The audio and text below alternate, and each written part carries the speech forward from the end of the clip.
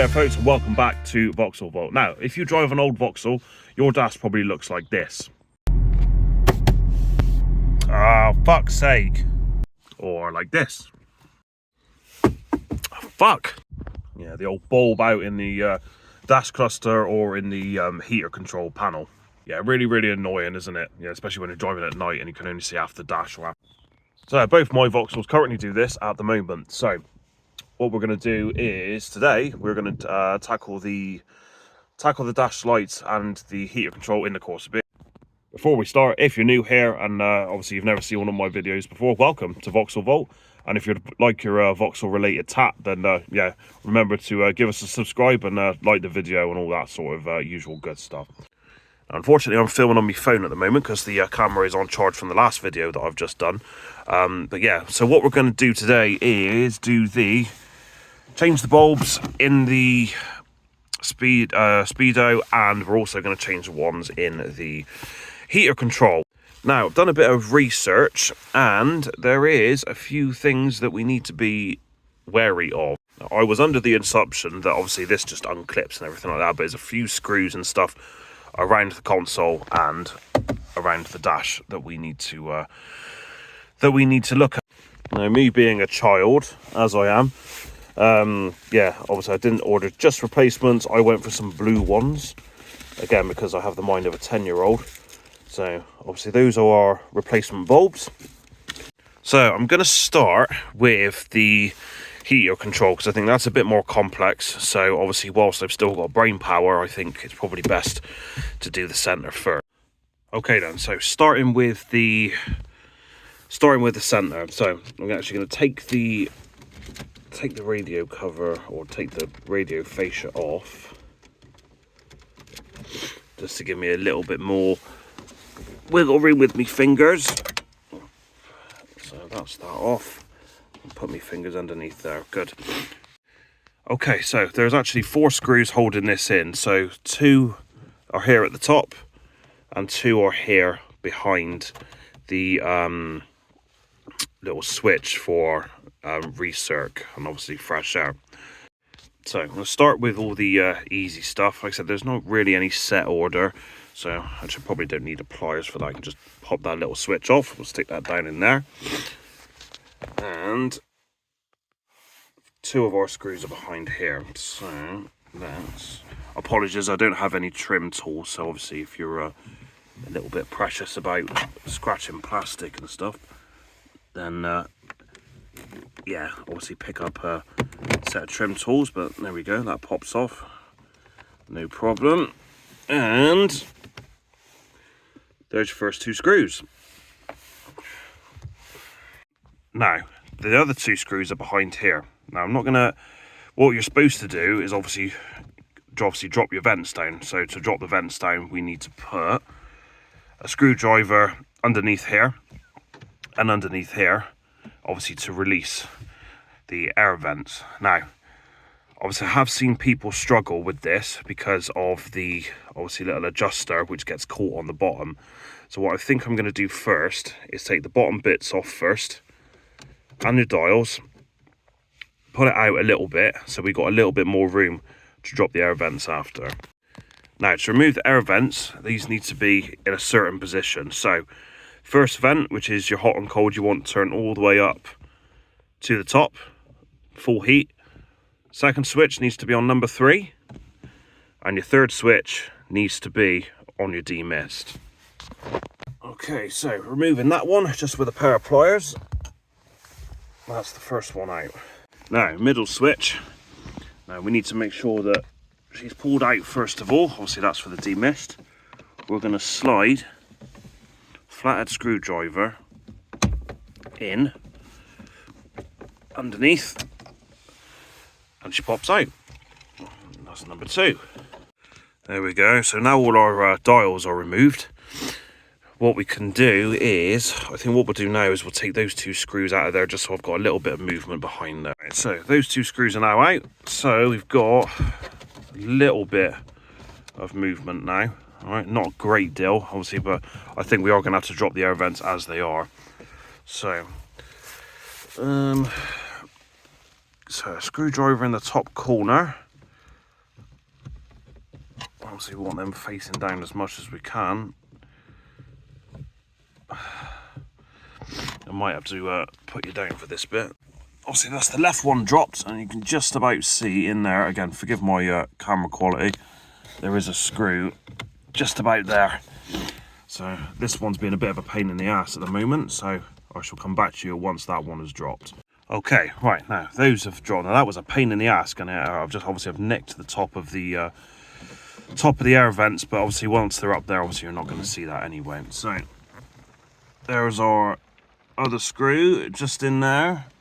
Obviously I've taken the other side out already, but yeah, obviously made a bit of a mess of that. I wonder if I might be able to flat that off. But yeah, anyway, right, that's dropped, so let's get that screw out then.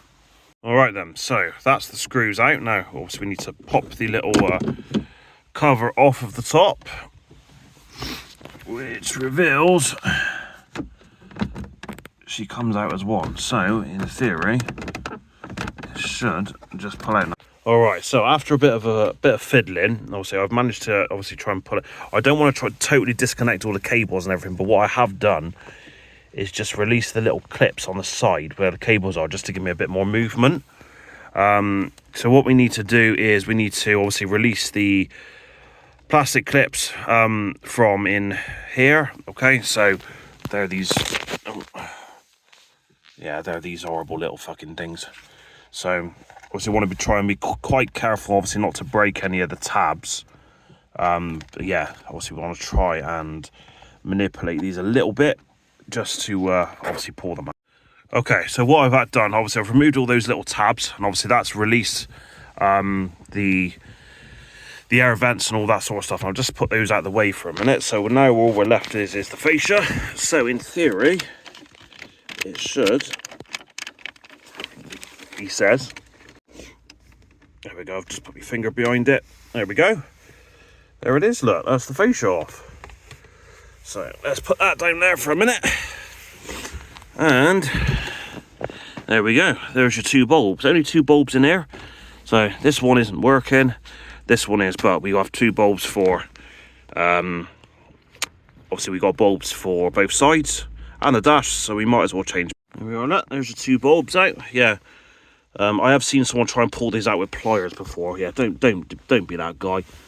They're quite easy to pull out. Just pull them out with your fingers. All right. So, yeah, two bulbs in there. So we'll get those changed over for the new ones.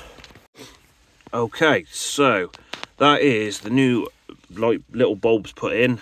Yeah, I was being a bit of a nose. I was trying to put them in that way, but actually they go in that way.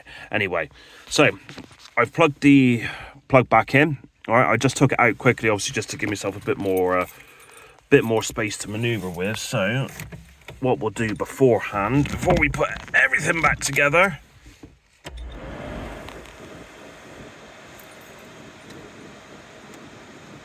right, so I've got one working and one not. So what's going on there?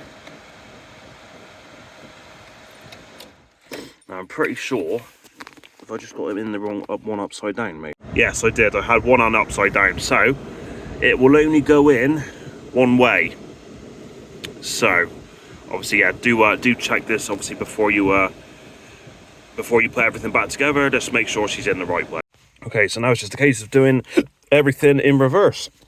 So we'll reattach the fascia, get everything built back up, get her plumbed in, and yeah, obviously then we can move on to the dash. Okay, so that's everything clipped back together and obviously slid back in. Obviously make sure everything that you've taken off, obviously to give yourself more space, has been reconnected. So just making sure everything feels like it's okay. During the middle I did remove the hazard warning light switch, but again it just pops off, just so you know, don't lose it, things like that. All right, so what we're going to do then, get her pushed back into situ. So back there, and I'm going to fit the bottom two screws first, just to keep it where it needs to be. Obviously, once we've done that, we're going to put the little top tray back in. Now, what's interesting, the plug for the clock that's supposed to be here, obviously on your upper models, is actually there. So I'm wondering, we might be able to find a clock from somewhere that should run in there. Might be on the lookout for a clock, a digital clock for my Corsa B, guys. So if you do have one, yeah, get in touch. Okay, that's everything plumbed back in. Obviously, remember to connect up the hazard warning light switch. Now it's just a case of putting our dials and knobs back on. Okay, so that is that one. That one there is the heat.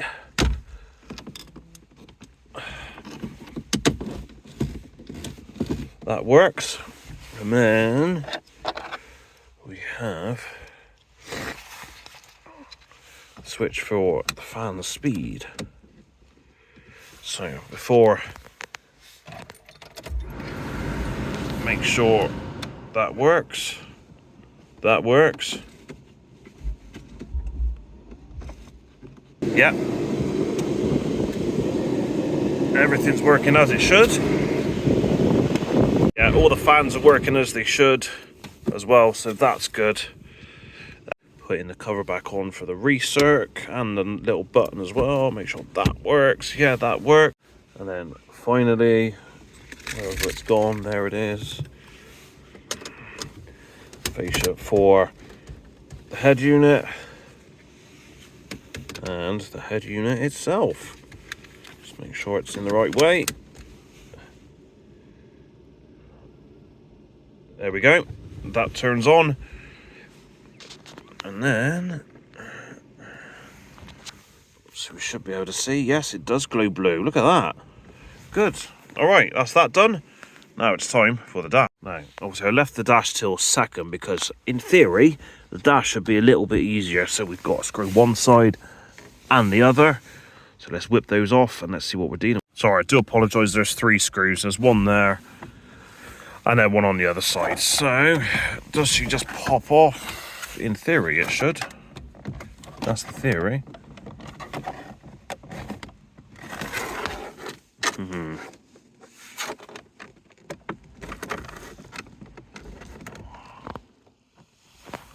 Why aren't you coming off of there? Yeah, that'd be why. I need to take the steering cowling off first, so get that whipped off.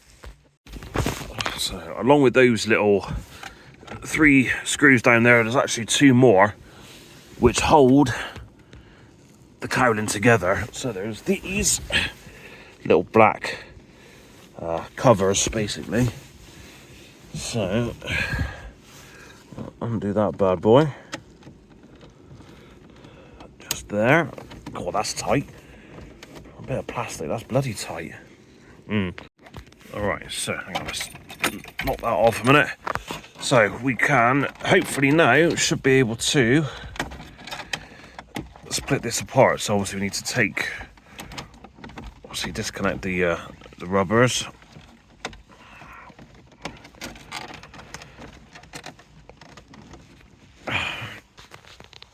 Okay, forgive my incompetence. I will put it out there. I'm not actually a mechanic. You know, I don't actually, have a great deal of mechanical knowledge, but I have enough to do bits. So I'm gonna have to take my keys out now. Okay, right, that's the cowling off, and that was unnecessarily fucking fiddly as well. So now that should just pop off of there, which it does. And now we've got 2 screws. So one this side, just here, and another this side. Let's get those whipped up. Okay, so once the screw's out, there's a little metal tab you have to lift at the top. And everything comes out. Now, the problem I have is this steering column is non-adjustable. So it's a bit of a pain in the ass, unfortunately. But, it is what it is sort of thing. So that must mean then that these 2 larger ones are going to be for our lights at the back. So that's what they look like at the moment. So obviously we need to pull those out of there. And this one just here. Now, if you're unsure, obviously if you've got the right ones, have a look inside, because obviously you won't be able to see from in there, but what we can see there is the main dial there and there. If you pull that one out, the only place that goes is to the battery light. Now I don't want to change the rest of the colours. I only want to change the backlight. Obviously the rest of the bulbs I want to keep as they are. So it's those two that I need to change. So those are the bulbs that came out. These are what's replacing them. I don't know. We'll put them in and we'll have a go, and we'll see what happens. But yeah, not too sure about this one. Yeah, I'm not too hopeful for this, I'll be honest. But we'll put them in and we'll see what happens. Right, let's pop that back in there. Now I'm probably going to have to screw all this in to actually get it to work. So let me put this back in, and I shall come back to you with an answer. Yeah, just as I suspected, there's nothing actually happening in here at the moment. No lights. Yeah, I think they've sent me the wrong. They've sent me the wrong bulbs, but luckily I have a backup plan. So what I have here is, I bought another set of these for the Vectra. So what I might do is see if these bulbs work in the Corsa dash, and if they do, I might just buy another set. They were cheap enough anyway, so let's try with these and see if that makes any difference. Yeah, already these look a much better size to go in the actual holders here. So yeah, we'll chuck these in and we'll see what happens. Yeah, unfortunately it's a no-go with the dash lights. Yeah, we're still obviously the normal color, so yeah, that's quite frustrating, that is. Yeah, obviously not one to recommend, that one. I did try the Vectra bulbs, but yeah, they're not working either. So yeah, not sure what we're going to do. Again, it doesn't really matter because obviously it's not a you know, obviously everything's working anyway. But yeah, obviously we do have some blue in the middle now. Hang on, just I'm not sure how well that's going to come up, but yeah, no, the centre one is now done. So yeah, maybe we'll have a look into the dash ones another time. Okay, everything is now back together, as you can see. What I actually found in the shed was a spare bulb that would fit the dash. So we now have a full set of dash lights, which is good, and you can just about see the blue coming through there in the middle. So obviously those are done as well. So we now have a full set of dash lights on the Corsa. Obviously I know they're not blue, so yeah, maybe I need to have a rethink on that one. And now the center heater control lights are working as well. So yeah, full set of lights, so job done. So guys, hope that's helped if you're doing dash lights on your Corsa B, or the lights behind the heater control panel. Yeah, I've tried to include every step. So yeah, obviously if you did find it useful and obviously you like what you see, obviously remember to subscribe to the channel, like the video, drop a comment below. Is there anything I missed out, or anything I could have done better maybe? Yeah, it's a bit of a shame about the blue on the dash, but you know, we'll get around to that another time. So once again, thank you very much for watching. Take it steady, and I'll catch you on the next one. Ta-da.